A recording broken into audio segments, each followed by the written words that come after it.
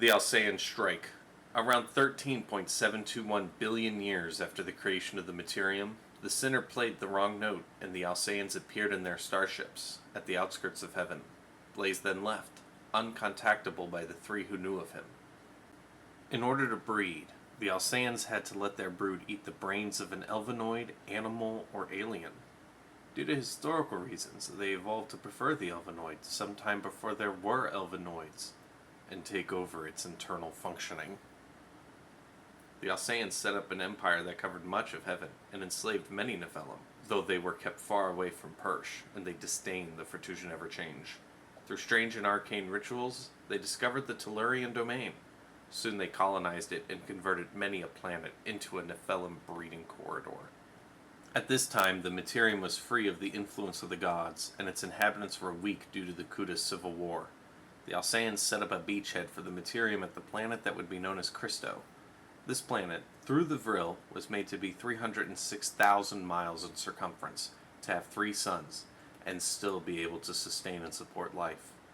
They would eat the brains of the living to survive, and they would drain suns to power their ships. Springboarding off this planet, they expanded across 3 galaxies. But these beings hated the feeling of the sun and the rain on their skin. They created for themselves the vast underground array simply known as the Underworld, and in doing so, the enigmatic being Orcus was born.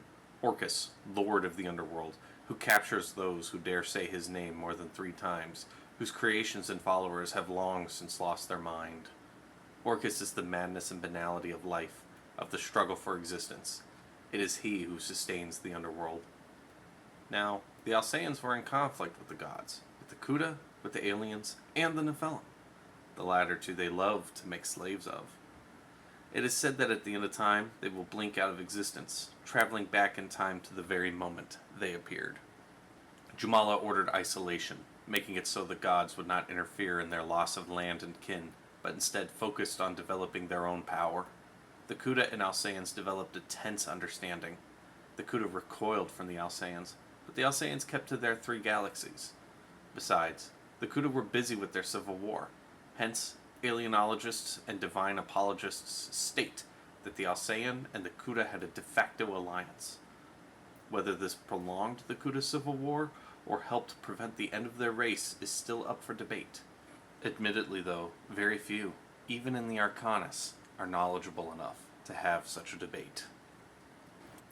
66 million years went by, and the Nephilim of the Imperia and the Nephilim of the Alsayins became different things, as the Alsayins put their slaves through intensive breeding programs, and the Alsayins became more and more like the Nephilim with every cycle, with the Nephilim forgetting about their relationship to the gods who abandoned them, and the heaven they originated from. Of course, there were revolts, there were escapees, and they almost always became cosmic pirates. They discovered they could freely roam the plains in outer space. All the while the Alsayins were gaining in power, reaching their zenith, but unbeknownst to them, the 99 gods were gaining in power as well. Among the slave Nephilim, there arose a champion that took the eye of Jumala, Lenny. Lenny had led a few strikes and was able to go into hiding, all the while building a resistance network. Soon, Lenny's message spread to the pirates, and she launched a full revolt against the Alsayins, backed by the 99 gods. To assist in this war, the gods created angels to work as war staff and generals. One should note what became of Lenny in all the different time cycles. During the 2nd time cycle, the Alsayins watched to see who their anti-champion was. The 3rd cycle, they captured Lenny prematurely and implanted larvae into her brain, but she overcame the parasite, and it was as if she merged with the Alsayin. It was then that Mahablay Satman, the sinner, approached her, giving her the new identity Jugashvi, and turning her into a deity on par with the gods or the Kuda. It presented itself to the Alsayins, and they accepted Jugashvi as an object of worship, a being on par with the Vats of the Time Warp, or the Hyadians, Alsayins who journeyed deep into the outer limits. Of course, as every individual can be replaced, the gods found a new champion, and the Alsayins were toppled. On the 4th, and every cycle since, Jugashvi ensured that Lenny escapes and leads, lest the Alsayins find out the truth of its origins. The gods were emboldened by both this victory and the raging Kuta civil war. They invaded the Materium, taking everything that previously was a part of the Alsayin Empire and then some. They headquartered their rule in the Materium at the former capital of the Alsayin, the planet which would be named Cristo. The gods destroyed many roaming fungi forests, intelligent volcanoes, mounds of living flesh, great dunes of silica, and those strange towers that suck the will. This is not to mention the massacres of aliens they had committed. They elevated weasels and apes, birds and bees, Nephilim and trees. In short, they created nature as we know it. O great Urizen, how you create things that dialectically set the stage for you. The gods created the spirit world so as to connect the black dungeons, fairy realms, and Materium. It is even said that the spirit world annexed the dream world, and now the plane of the dream is just a subdomain of that place of spirits. In the fairy realm, they established reservations. In the black dungeons, they established porcelain roads that allow one to walk to the domain of a particular god, though this comes at great solar costs.